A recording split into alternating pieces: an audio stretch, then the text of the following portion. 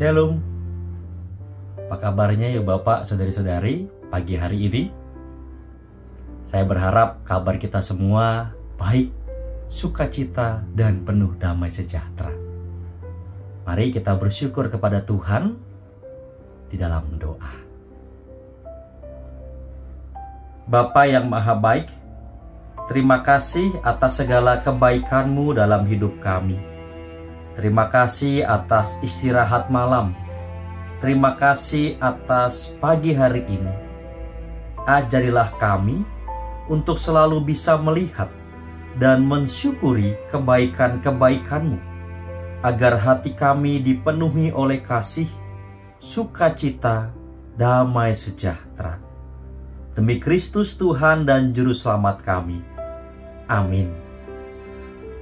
Yuk Bapak, Saudari-saudara, firman Tuhan yang akan kita renungkan bersama diambilkan dari Kisah Para Rasul, pasalnya yang ke-7, ayat 9 dan 10.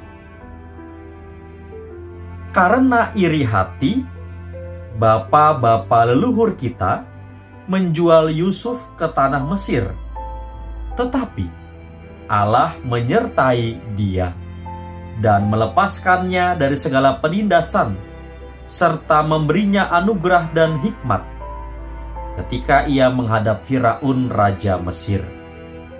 Firaun mengangkatnya menjadi kuasa atas tanah Mesir dan atas seluruh istananya.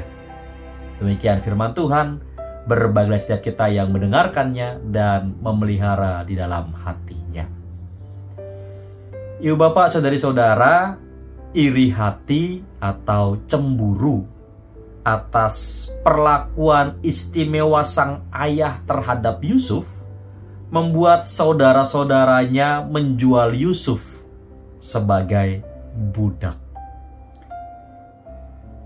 Maka hal ini memberikan pelajaran yang sangat berarti buat kita.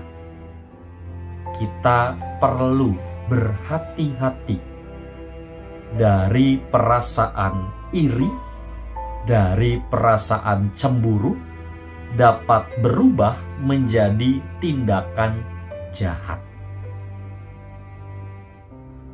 Maka jangan sampai kita dikuasai oleh rasa cemburu, apalagi kemudian sampai berbuat nekat melakukan kejahatan. Dari saudara-saudara Yusuf ini kita dapat merenungkan bahwa hati ini perlu dijaga supaya kasih, sukacita, dan damai sejahtera itulah yang memenuhi dan menguasai kita. Tetapi juga berikutnya kita perlu menyadari bahwa kejahatan adalah sesuatu yang tidak mungkin kita hindari. Kita meskipun melakukan kebaikan atau meskipun kita hidup biasa-biasa saja, bisa terkena kejahatan. Itulah yang terjadi pada diri Yusuf. Yusuf hidup baik-baik saja, biasa-biasa saja, tetapi rupanya dia terkena kejahatan. Namun demikian, satu hal yang perlu kita ingat adalah Allah akan mengubah kejahatan menjadi kebaikan. Keberadaan Yusuf yang dijual sebagai budak di Mesir rupanya malah menjadi jalan keselamatan bagi seluruh kaum keluarganya di masa mendatang. Dan Yusuf sendiri di Kejadian 50 ayat 29 menyatakan kepada saudara-saudaranya demikian.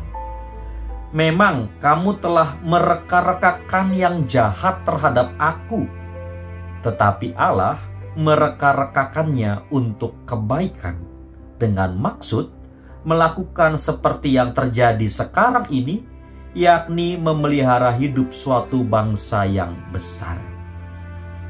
Pengalaman hidup Yusuf mengajarkan kepada kita untuk tetap setia berbuat baik, tetap setia mengandalkan Tuhan walaupun kita terkena kejahatan. Sebab hanya Tuhanlah yang mampu mengatasi kejahatan. Dan hal inilah yang menjadi keyakinan iman dari Stefanus, sehingga ia tetap setia sampai akhir. Amin. Ibu Bapak, saudari-saudari yang terkasih, sekarang kita akan berdoa bersama, menaikkan pokok-pokok doa yang dituliskan oleh saudara-saudara kita. Kita mau mendoakan supaya kita semua bisa saling mendoakan satu sama lain. Mari kita berdoa. Bapa yang baik,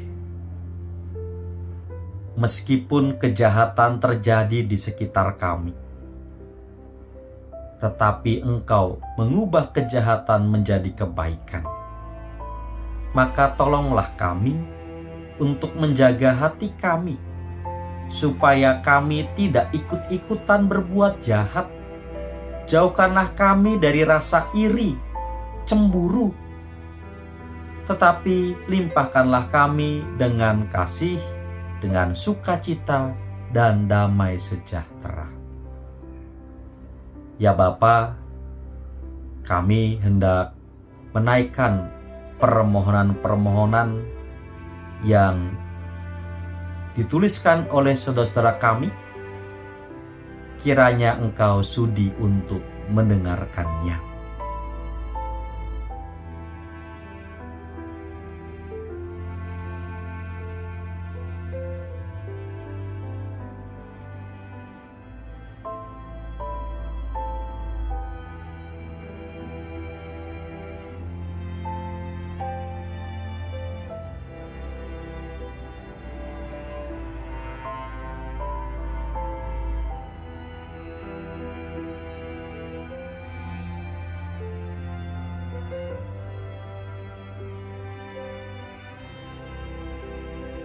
Inilah permohonan-permohonan kami.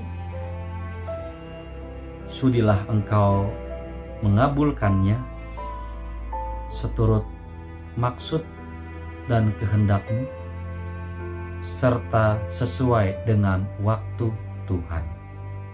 Kami pasrah sepenuhnya kepadamu. Kami mau belajar setia kepadamu, meskipun kami mengalami berbagai macam pergumulan, seperti Yusuf, seperti Stefanus yang tetap setia kepadamu sampai akhir.